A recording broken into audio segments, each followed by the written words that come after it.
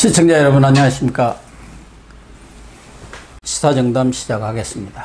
시청자 여러분, 부동산 정책 실패로 궁지에 몰린 청와대와 민주당이 난데없이 수도 이전 카드를 다시 꺼내들고 나와서 군사 작전하듯이 밀어붙일 대세를 보이면서 평지 풍파를 일으키고 있습니다. 행정수도, 이른바 천도라는 카드를 꺼내든 여권의 속성과 전망을 이종근 전 데일리안 편집국장님과 함께 분석해 보도록 하겠습니다. 이 국장님. 네, 안녕하십니까. 김태년 민주당 원내대표가 20일 국회 대표연설에서 행정수도 세종시 이걸 완성하기 위한 특위를 만들자, 국회 특위를.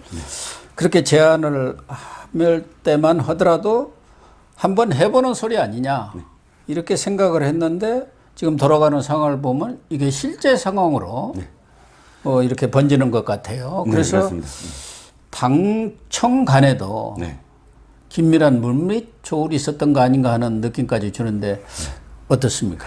아니, 그 교섭단체 대표연설입니다. 김태년 원내대표의 교섭단체 대표연설인데요. 생각지도 않게 이제 행정수도 이전과 관련된 발언이 나왔습니다. 그런데 이게 행정수도 이전하겠다 이렇게 시작하지 않고 시작을 이렇게 했습니다. 국회가 통째로 세종시에 가야 된다, 이 말부터 시작을 했거든요. 그러니까 무슨 얘기냐면, 사실 정치에 대해서 사람들이 언제나 좀 이렇게 그 반감이 있잖아요. 거기에 그 직전에 대통령이 이렇게 얘기했습니다. 정세균 총리하고 주례 회동을 하면서 그린벨트 해제와 관련된 이 논란을 종지부를 찍었잖아요. 그린벨트 해제 없다, 뭐 이렇게 못을 딱딱 받고 대신 또 다른 어떤 부지를 발굴해라, 이렇게 얘기를 했습니다. 그러니까 뭐 별의별 얘기가 다 나왔습니다. 태릉 골프장 얘기도 나오고 군사, 그다음에 잠실 유수지 얘기도 나오고. 이런 와중에 국회가 통째로 가라, 이 얘기는 뭐냐면, 국회 부지에 만약에 여의도에 그걸 개발하면 그래도 아파트 몇천 원은 들어가거든요. 굉장히 넓은 부지니까. 그러니까 사람들의 반감을 어느 정도 또 이용하는 것 같아요. 맞아. 국회의원들만 없으면 거기에 딱 뭐 집이 몇 채인데 딱 이렇게 되는데, 거기에 속내가 이제 그 다음에 나옵니다. 정부와 부처도 내려간다 하면서 이제 행정수도 이전을 뭐 추진을 하겠다, 이렇게 표현을 한 겁니다. 근데 사실 이게 단순한 문제가 아니거든요. 왜냐하면 딴 게 아니라 수도라는 말이 들어감으로써 이거는 이제 이 엄청난 이 후폭풍을 지금 불러일으키겠다 하고 도전장이 아니라 이 뭐라 그러죠? 이 치밀한 계산하에 나온 카드라고 봐야겠죠. 카드를 던진 거죠. 그래서 사람들은 뭐 국회 분원 얘기도 늘 나왔고, 또 행정기관의 세종시 이전, 이 부분은 뭐 공공기관까지도 다 내려가야 한다는 얘기들이 늘 나왔기 때문에 그 연장선상 이련히 했지. 지금 말하는 천도, 말하자면 미국의 워싱턴 같은 그런 새로운 수도 개념으로는 생각을 하지 않았던 거 아닙니까? 2004년에 그렇습니다. 이미 유엔 결정이 내려지면서 이 문제는 끝이 났다, 이렇게 생각했는데 그것을 지금 되살린 거 아니겠습니까? 되살린 거죠. 그래서 대통령도 한국판 뉴딜, 이걸 지방 분권이라든가 또 국토균형 발전 차원에서 지금 얘기를 다시 꺼냈다란 말이에요. 거기다 지금 힘을 실어준 거예요. 김태년 원내대표 그런 국회 연설에. 그러자 뭐 여권, 이른바 대권 주자를 비롯해서 좀 힘빼나 있다는 사람들은 전부 맞장구를 치고 나섰네요. 준비됐죠. 교수님 말씀처럼 완전히 준비됐습니다. 원내대표 말하자마자 뭐 이낙연 의원, 뭐 김부겸 의원, 이번에 당권 도전하는 두 의원이 바로 이제 김부겸 전 의원이군요. 어쨌든 두 사람이 모두 다 이제 한 목소리로 바로 앞서거니 뒤서거니 반응을 했습니다. 여기에 박병석 국회의장까지 한 말씀 거들고, 또 이 김경수 지사가 박병석 그 의장을 만난 자리에서 뭐 그런 이야기를 했다더라 하면서 이제 말을 더 보탰습니다. 즉 차례대로 국회의장, 뭐 그다음에 이 원내대표, 그다음에 대권 주자급들, 도전자들, 이 차례대로 얘기가 막 뭐 진행이 되고 있는데, 참, 이 오늘 단독 보도에 의하면 이게 그냥 나온 얘기가 아니구나. 17, 18일 날 네. 민주당이 다 여론조사를 했다면서요. 예. 뭐 여론조사에서 이미 60%가 넘는 사람들이 찬성을 했다. 사실 그때 당시에 위헌 소송을 제기된 당시에는 서울 수도권 일대 국민들은 반대를 했거든요. 네, 아니, 내가 집이 여기 있는데 왜 내가 충청도로 내려가야 돼. 근데 이제 이 17, 18 여론조사를 발표를 하지 않았기 때문에 당 관계야 그냥 우리가 여론조사 했는데 60%야. 지금은 분위기 바뀌었어. 이렇게 얘기하는 거지. 어떤 기관에서 뭐 어떻게 했는지 모르니까. 그것도 일종의 프로파간다, 선전용일 그렇죠. 가능성도 많아요. 그렇죠. 국민들도 원한다. 이래갖고 예. 여기다 힘을 실어주기 위한 여권이 그런 작전 내지는 꼼수를 잘 쓰잖아요. 그렇습니다. 그래서 이게 참, 솔직히 말씀드리면, 행정 수도가 아니라 행정 복합 도시. 이거는 이미 하고 있지 않습니까? 그래갖고 정부 부처 다 지금 2021년까지 또 뭐, 과기부 내려가고 뭐 내려가고 하면서, 행정 복합도시 완성? 뭐 이런 식으로 해서 플랜이 다 있는데, 여기에 국회하고 저기, 청와대 뭐 이런 것까지 포함을 하면 완벽하게 이제 다 천도를 한다. 이런 의미로 이야기를 하고 있지만 그럼에도 불구하고 이 수도라는 건 아까 말씀하셨던 위헌 문제. 그러니까 위헌 문제를 정면으로 돌파하면서 집권 후반기에 모든 정권의 대통령이 전부 다 한 번씩 개헌하자라고 해갖고 국면을 완전히 흔들어 놓지 않습니까? 그럴 의도가 다분히 있는 그런 지금 발언이 아닌가 싶은 거죠. 그러니까 여권의 속셈은 이게 지금 일석이조가 아니라 일석삼조, 일석사조를 노린 하나의 뭐 복합적인 그런 카드라고 봐야겠죠. 그래서 1차적으로는 지금 부동산 이 정책 실패에 대한 국민적 분노가 워낙 크니까 여기에 좀 물타기를 해보겠다는 게 가장 핵심 아니겠어요? 예, 그런데 솔직한 얘기가 지금 청와대가 먼저 내려가야 한다고 해야 하는데 지금 내려갈 형편이 됩니까? 그게 내려간다는 게 언제 내려가겠습니까? 그거 큰일 나죠. 왜냐면 방어라든지, 그러니까 청와대는, 진짜 국회보다 더 치밀한 어떤 계획이 있어야 되는 것이고, 여기에 보태서 사실 좀 비겁하다고 제가 느끼는 게 이겁니다. 노무현 대통령이, 수도를 이전한다고 했을 때 부동산 잡자고 시작한 얘기가 아니거든요. 그러면요, 노무현 대통령 명분이 분명히 있었습니다. 예, 그렇죠. 분명히 이것 역시 사실 박정희 대통령이 시작한 일 아닙니까? 박정희 대통령이 그것도 옮기려고 여러 차례 얘기했었죠. 이 충청도 특히나 이제 대전 쪽으로 간다고 해서 박정희 대통령이 스케치도 하고 하면서 그 시작한 일이고 그걸 또 이번에 김진애 의원이라고 기억하시죠? 건축가 그 김진애 의원 열린민주당 열린민주당 시절에 열린민주당 맞죠? 그러니까 옛날에 열린우리당의 국회의원이었다가 지금 열린민주당 국회 재선인데 이 김진애라는 사람이 키스트의 이제 연구원으로 있을 때 그때 박정희 대통령의 그 계획에 자기가 했었다는 거예요. 일을. 그래갖고 그 그림을 그리는 작업에 함께 했었는데 노무현 대통령 때도 함께 했다. 그래서 자기는 박정희 대통령과 노무현 그 사람이 되게 또 좌파잖아요. 그래 맨날 비판하는데도 불구하고 그 박정희 대통령의 그 플랜에 대해서 증언을 하는 거예요. 그러니까 실제로 박정희 대통령과 노무현 대통령 부동산 잡자고 그렇게 말을 꺼낸 것도 아니고 국토 균형 발전이라는 측면이 있고 또 하나는 안보라는 측면도 좀 있었거든요. 너무 북한하고 휴전선하고 가까우니까 방사정포에 먼저 이 에어리어에 바로 있으니까요. 서울 불바다 발언이 맨날 그래서 나오는 거 아닙니까? 그렇죠. 너희 약점 잡아서 우리가 하고 북이 흔들고 있으니까 이런 이야기들 전체 어떤 이 철학적인 측면 또는 이제 정신적인 측면 수도 이전이라는 그런 포장이라도 솔직히 했죠. 아니 이 수도라는 걸 부동산 잡자고 수도를 이전한다라는 게 속내가 너무 좀 천박한 거 아닙니까? 제가 보기에는. 그렇죠. 지금 그린벨트 꺼냈다가 그게 역풍을 맞고 또 민주당 내 대선 주자들까지도 다 반대를 하니까 결국 문재인 대통령도 무릎을 꿇은 거 아닙니까? 그 부동산 칼춤이 이제는 그린벨트에서 행정수도 이전으로 수도 이전으로 이렇게 지금 옮겨가 버린 거예요. 그렇죠. 그렇기 때문에 이러한 부동산 물타기 이것은 어떻게 보면은 미봉책, 꼼수라고 볼 수밖에 없는 것이고 이게 그동안에 오랫동안 어떤 논의와 거기에 대한 여러 의견들이 취합이 돼가지고 지금 정부가 내놓는 것은 아니잖아요. 네, 그렇죠. 민주당 김태년 원내대표도 그래서 대표연설을 하기 전에 청와대에다 통보했다는 거 아닙니까? 네. 그렇죠. 그러면 그렇게 오래된 내용은 아니지 않느냐 이게. 당에서 하나의 아이디어로 제시를 했는데 그게 지금 정치적 상황 속에서 괜찮겠다 하니까 지금 거기에 대한 힘을 실어주고 있는 거 아닌가요? 네, 그렇습니다. 실질적으로 교수님 말씀하셨듯이 이것이 어떤 그런 치밀한 계획 속에서 정말로 공론화해서 할 생각이 있었다면 원내대표가 갑자기 불쑥 이렇게 꺼내갖고 편집 풍파 일으키지도 않겠죠.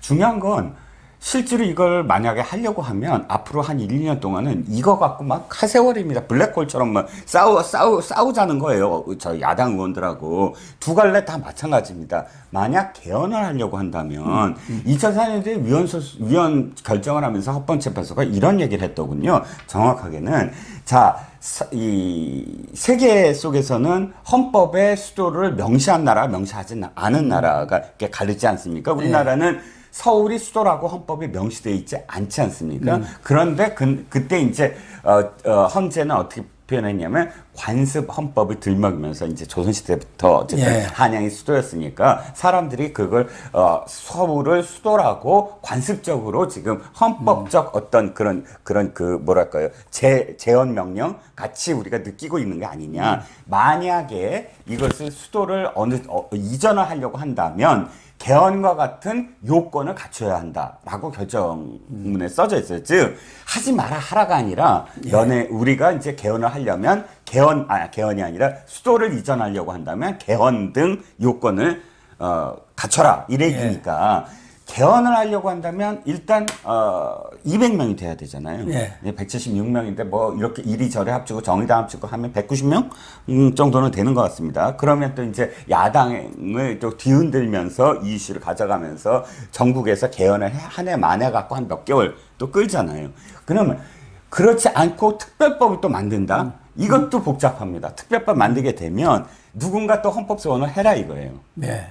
그래서 이번에는 우리가 9명 중에 8명을 문재인 정부에서 다 추천을 하고, 임명을 하고, 그 중에서도 대통령 임명, 뭐 여당 임명까지 합치면 충분히 이번에 과반이 되죠. 과반 이상이 된다라는 자신감 때문에, 헌법 소원 해라. 우리 특별법 만들겠다. 이런, 얘기를 하고 있는데, 달리 말씀을 드리면, 이게 이재명 나와서 시끄럽기도 하고, 또 이제 앞으로 이 지지율을 떨어지니까, 이 개헌 논의로 정신없게 만들어갖고 그냥 2년 후딱 지나가자. 이 얘기로밖에 안 들린다는 거죠.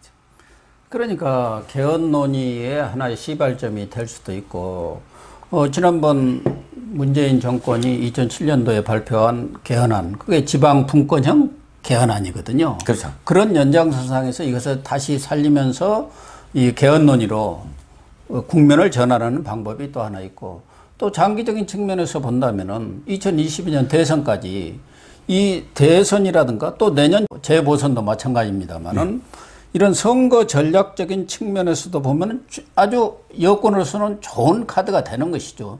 2002년에도 노무현 전 대통령이 그 공약으로 대선에 이겼다고 봐도 크게 뭐 무리가 아닐 정도로 큰 힘을 발휘를 했었어요. 그러니까 야권으로서도 이 부분에 대해서 결사 반대하기는 좀 어려운 측면이 있어요. 아니 그러니까요, 교수님. 이건 전형적으로 갈라치기 수법입니다. 그러니까 지금 이 운동권 세력이 제일 잘하는 게 갈라치기 수법이거든요. 이거는 지역 갈등을 유발하는 거예요. 지역적으로 갈라치기 했다는 거죠. 이 문제가 딱 떨어지자마자 전국적으로 이제 완전히 이익적인 측면에서 갈라치는 게 충청 남북도가 갑자기 이 목소리를 합칩니다. 충청 남북도가 사실 되죠. 별로 안 합치잖아요. 근데 목소리 합치고 뭐 하면서 아니 누가 반대라는 거야. 그러고 이제 지켜봅니다. 이거 여야 문제 뭐 진보나 보수 문제가 아닌 상황이 돼버리고요. 그 다음에 서울 수도권 정세을하고 아마 사람들이 찬성하는 사람 줄어들 겁니다. 아니, 내 땅, 내 회사,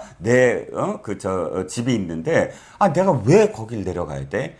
그러니까 그렇게 되면은 결국은 이 수도 이전 문제를 놓고 그게 당장 현실화된다는 것도 어려운 상황이고 다음 정권에 가서도 될까 말까 한 사안이지만 국론은 완전히 분열이 되는 것이고 그래서 아마 여권으로서는 이 균형 발전 반대 세력 으로 이렇게 몰아칠 거예요. 그에 반대하는 사람들은. 그렇죠. 국가 균형 발전을 반대하는 세력이냐. 지난번 한일 문제가 났을 때 거기에 대해서 문제를 제기하는 사람은 다 친일 세력으로 이렇게 몰아쳤던 것처럼 반일과 친일로 갈라치기를 했었지 않습니까? 예.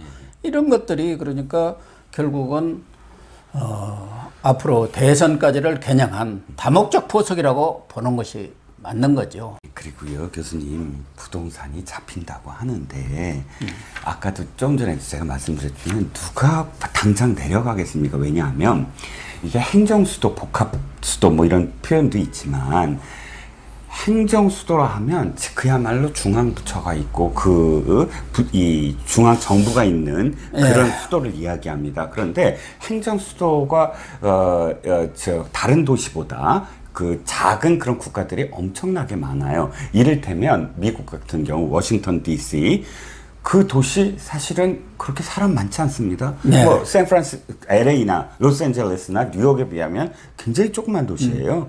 그리고 또 많죠. 캐나다 같은 경우. 캐나다도 그렇죠. 뭐 저 오타와 저기 캐나다의 유명한 토론토라든지 이런 것도 훨씬 작아요. 뭐 호주도 마찬가지고요. 브라질의 리우데자네이로보다 사실 브라질리아가 굉장히 작습니다. 그렇다고 해서 그게 뭐 부동산 값이 갑자기 줄어들려면 전부 다 거의 어느 정도는 다 내려가야 되는데 사실 그렇게 되겠습니까?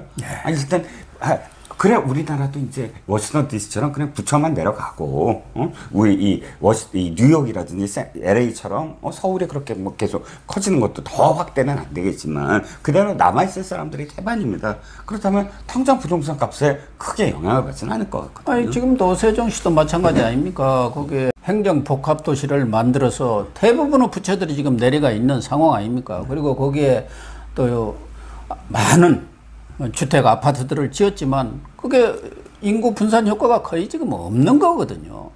이러한 내용들을 지금 이 복잡한 부동산 전국에 이렇게 제시하는 것은 결과적으로 보면은 국민들의 분노에 당장 불을 끌 수 있는 진화책으로 이 행정수도 이전론을 꺼낸 것이라고 보는 거 외에 달리 뭐 해석할 길이 없잖아요. 네, 그래서 아까 제가 또 교수님 말씀에 좀 천박하다 이번 이 인식 자체가 천박하다고 이야기한 게 바로 그 이유 때문이고요. 사실 지금 그 세종시가 막 뭐 내려가라 공무원들한테 했는데 결국은 어떻게 됐냐면 충청도의 다른 도시들의 인구들이 전부 다 세종시로 그냥 유입되는 그런 효과. 그래서 공주가 그래도 옛날에 꽤 큰 도시였거든요. 예. 공주가 10만 명이 안 돼서 연합해서 막 그 국회의원이 나와야 될 정도로 그런 옛날의 어떤 도시들의 인구는 팍 줄어들면서 충청도의 어떤 그런 블랙홀처럼 충청도민들이 다 이제 이 세종시로 집결하게 되는 그런 결과만 낳게 됐다는 건데 진짜 노무현 대통령 시절과 너무 다르다는 거죠. 차라리 노무현 대통령은 그래도 일관되게 내 지방분권에 대한 꿈을 실현시키겠다라고 외치면서 대통령이 됐고 또 그 일환으로 수도 이전을 이야기하고 그런 어떤 철학 속에서 사실 행동했다라고 한다면 부동산 문제 지금 막 그 22번이나 돼서 안 잡히니까 국회 통째로 나가면은 부동산 잡힌다. 이런 인식으로 수도라는 말을 꺼낸 이런 인식의 어떤 논리의 흐름이 이렇게 돼버리면 수도란 이전이라는 것이 얼마나 천박합니까? 예. 부동산 잡자고 수도 이전하는 나라가 있을까요? 없죠. 그런 나라가 어디가 있습니까? 예. 이런 미봉책을 꺼내는 건 정부 자체가 지금 워낙 코너에 몰리다 보니까 뭐 국민들의 분노도 그렇지만 여권 내에서도 지금 이 그린벨트 문제만 가지고도 얼마나 많이 분열이 됐습니까? 대선 주자들까지 막 치고 말하자면 대통령까지 공격할 정도로 청와대와는 전혀 다른 의견들을 막 제시하면서 여권이 대분열하려는 그런 조짐까지 보이니까 거기에 응급 처방을 내리지 않을 수가 없으니까 이런 카드를 들이밀었는데 어쨌든 이런 결과에 따라서 국론이 자칫하면 아주 분열이 되면서 오히려 더 행정수도 이전도 못 오면서 그렇지 않아도 어려운 경제에 아주 더 치명상을 가하는 결과를 가져올 가능성도 크다고 봐요. 그렇습니다. 결국은 이 정부는 적이 없으면은 살 수 없는 정부예요. 즉 처음에 시작할 때는 저기잖아요. 그 적폐, 그러니까 이명박 박근혜 그 적폐 갖고 먹고 살다가 그 다음에 검찰 갖고 먹고 살았죠. 검찰은 나쁘다, 언론 나쁘다 이걸 갖고 먹고 살다가 지금 부동산 문제로 이 압박을 당하니까 이 국회에서 이 이전 반대해서 부동산 안을 안 잡게 만드는 그런 그 부동산 안 잡히는 그 부동산 문제 주범은 야당이다. 정치 탓으로 지금 돌리려고 하는 거죠. 돌리려고. 우리 국민들은 정치에 하면은 다들 고개를 내젓고 그러기 때문에 거기에 편승해가지고 그런 문제를 정치권으로 이렇게 떠넘기려고 하는 거예요. 그리고 여러 가지 법안을 내놓고 국회가 발목을 잡아갖고 법안을 통과시키지 않았고 우리가 이렇게 일을 못하고 있다 이런 식으로 나가려는 거 아니겠어요? 그것도 이제 적으로 몰아서 부동산 문제도 해결하겠다라는 논리, 그러니까 경제 논리가 아닌 정치 논리로 이걸 해서 해결을 하겠다라고 또 팔을 걷어붙였습니다. 어쨌든 뭐 야당에서도 김종인 통합당 비대위원장은 몰상식강 발상이고 충청도에 투기 강풍을 일으키려는 그런 작태다 이렇게 비난을 했고 정의당까지도 국면 전환용이거나 선거용 카드로 이렇게 행정수도 이전론을 들고 나오지를 않기를 바란다 하면서 야당까지도 지금 반대 입장을 표명을 했지 않습니까? 역시 김종인이다라는 생각이 드는 게 네. 바로 이 지금 이 반대 논리를 투기라고 표현한 거예요. 예. 그러니까 이쪽에서 그 집권 여당 쪽에서 한 게 아까 그 부동산 문제를 야당 탓으로 돌리려는 걸 딱 알고 수도 이전이 이제 마치 정치가 안 되는 걸 알고 이러면 바로 충청도에서 투기가 일어난다. 라는 식으로 부동산 문제를 부동산으로 이렇게 대답하는 거 이건 사실 그 저쪽의 어떤 진위를 파악했다고 할 수가 있죠. 예. 어쨌든 상황이 이렇게 급박하게 몰리는 국면이 되니까 지금 문재인 대통령도 상당히 다급해졌어요. 그래서 지금 내주쯤에 청와대 참모들을 교체하겠다는 거 아닙니까? 네. 그래서 좀 뭔가 분위기 쇄신용으로 얘기가 나오고 있는데 지금 거론되는 사람들은 강기정 정무수석, 또 김조원 민정수석. 이 사람은 집을 두 채나 갖고 있는데도 팔으란데도 자기 의사를 표명하지 않고 있는 것을 안 팔겠다는 얘기 아닙니까? 내가 여기서 천년만년이 있을 것도 아니고 몇 년 있어봤자 2년도 안 되는데 그거 팔아갖고 수십억 손해 보기 싫다는 얘기 아니에요. 거기에 이제 김유근 1차장 또 서훈 국가안보실장이 왔으니까 그 1, 2차장들 뭐 해서 바뀌겠죠. 전반적으로 청와대에 상당한 인사 바람이 불 것 같은데 아마 노영민 비서실장이라든가 이런 분들은 뭐 집도 두 채 다 팔아갖고 무주택자가 돼서 그런지 교체 대상이나 안 된 것 같은데 지금 뭐 이 청와대 참모들 교체하는 것도 좋지만 지금 대다수 국민들은 김현미 국토부 장관 가지고는 도저히 이 난국을 해체할 수 있는 그런 능력이 없다. 그리고 책임 정치 차원에서도 22번 했는데 이 난국을 부동산 난국을 가져왔으면 거기에 책임을 져야 하지 않겠냐는 게 대다수 생각들 아닙니까? 그렇죠. 이번에 아마 교체 대상 중에 많은 사람들이 고마워할 것 같아요.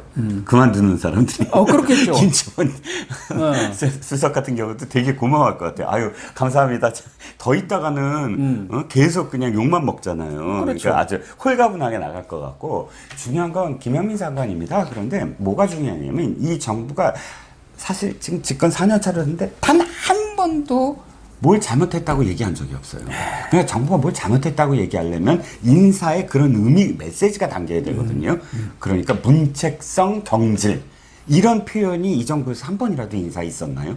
없었죠. 제가 보기엔 거의 기억이 나지 않습니다. 거의.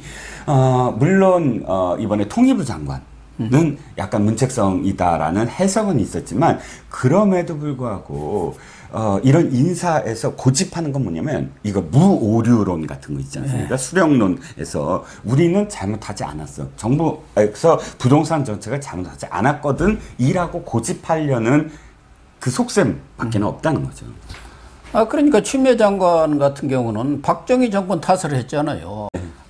이런 몰삭시간 어떻게 보면은 터무니없는 얘기를 하는 장관까지도 나오고 있는 그런 상황 아니겠습니까? 네, 시청자 여러분, 정부가 부동산 정책 실패로 궁지에 몰리니까 별의별 수를 다 쓰는데 이제는 그것도 모자라서 수도 이전론까지 다시 들고 나와서 그걸 재탕해 먹는 것 아니겠습니까? 행정수도 이전이 부동산 대책으로 나온다는 게 그게 말이 되는 소리입니까? 네, 시청해 주셔서 감사합니다.